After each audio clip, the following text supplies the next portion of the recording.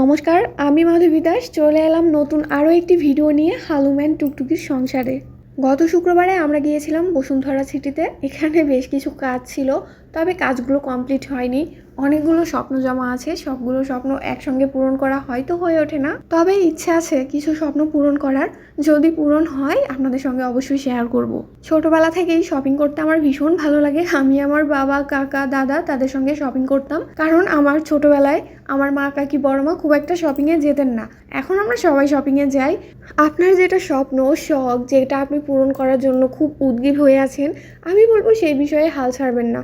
একদিন না একদিন আপনার চাওয়া পাওয়ার থেকেও বড় কিছু হয়তোবা আপনার জন্য হাজির হবে। ছোটবেলা থেকেই বিভিন্ন বিষয়ে আমার শখ থাকলেও প্রচুর ভয় কাজ করতো, লজ্জা লাগতো।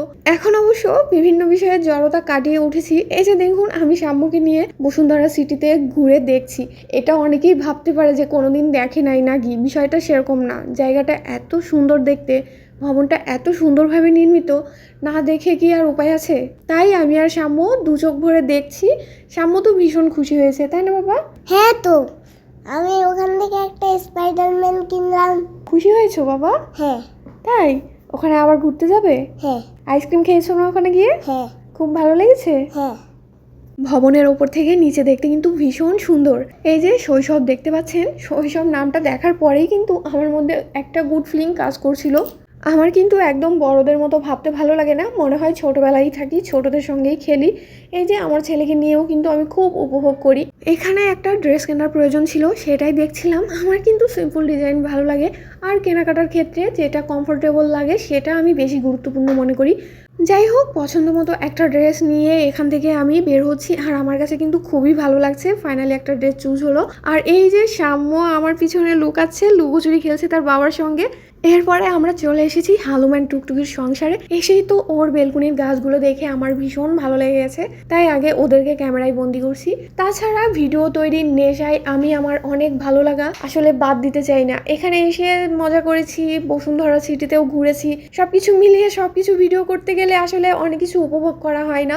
একদম যে পার্টগুলো আমার কাছে খুব বেশি ভালো লাগে, মনে হয় আপনাদের সঙ্গে শেয়ার করব, সেটাই আমি ভিডিওতে রাখি। দেখুন, ছোট্ট একটা বেলকুনিতে কত গাছপালা লাগিয়েছে, যেটা সত্যিই দেখার মতো। তাই আপনাদের সঙ্গে শেয়ার না করে থাকতে পারলাম না।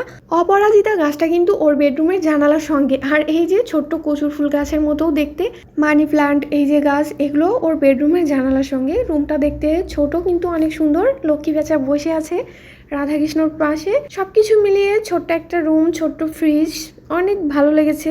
আর এই যে ড্রেসিং টেবিল, আমারও কিন্তু স্বপ্ন একটা ড্রেসিং টেবিল ঘরে রাখার, যেটা এখনো পূরণ হয়নি। আশীর্বাদ করবেন যেন খুব তাড়াতাড়ি পূরণ করতে পারি। সাম্য এখন একটু স্পাইডারম্যান নিয়ে খেলা করছে, যেটা সে বসুন্ধরা থেকে কিনেছিল। তারপরে যাই হোক, দেখুন কাদের বাসায় এসেছি আর কারা কারা। ও হলো আমার কাকাতো বোন, ওর নাম কৃষ্ণা রানী দাস।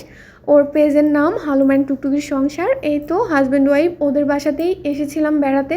বসুন্ধরা থেকে ওদের বাসাটা খুব কাছে হয়ে যায়, এ কারণে আমরা সবাই মিলে ঘুরতে এসেছিলাম। তারপরে কিছু খাওয়া দাওয়া করে আমরা একটু ভাবলাম বাইরে বেরোবো।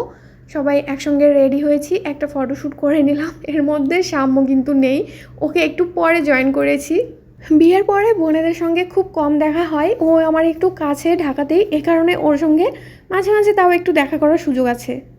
সাম্য সবসময় আমাদের সঙ্গে ক্যামেরায় বন্দি হতে চাই না, কিন্তু ওকে ছাড়া আমার ভালোও লাগে না, তাই আমি একটু ওর ভিডিও নিয়ে নিলাম। এরপরে গিয়েছিলাম রবীন্দ্র সরোবরে, সেখানে কনসার্ট ছিল, কিন্তু এত মিউজিক আর এত পরিমাণে ভিড়, আমি কিছু বুঝলাম না কি হচ্ছে না হচ্ছে। তাড়াতাড়ি করে ওখান থেকে চলে এলাম। এই তো ছিল শুক্রবারের ঘোরাঘুরি। ভিডিওটি ভালো লাগলে অবশ্যই লাইক, কমেন্ট, শেয়ার করে পাশে থাকবেন। এতক্ষণ ভিডিওটি দেখার জন্য আপনাদের সবাইকে অসংখ্য ধন্যবাদ।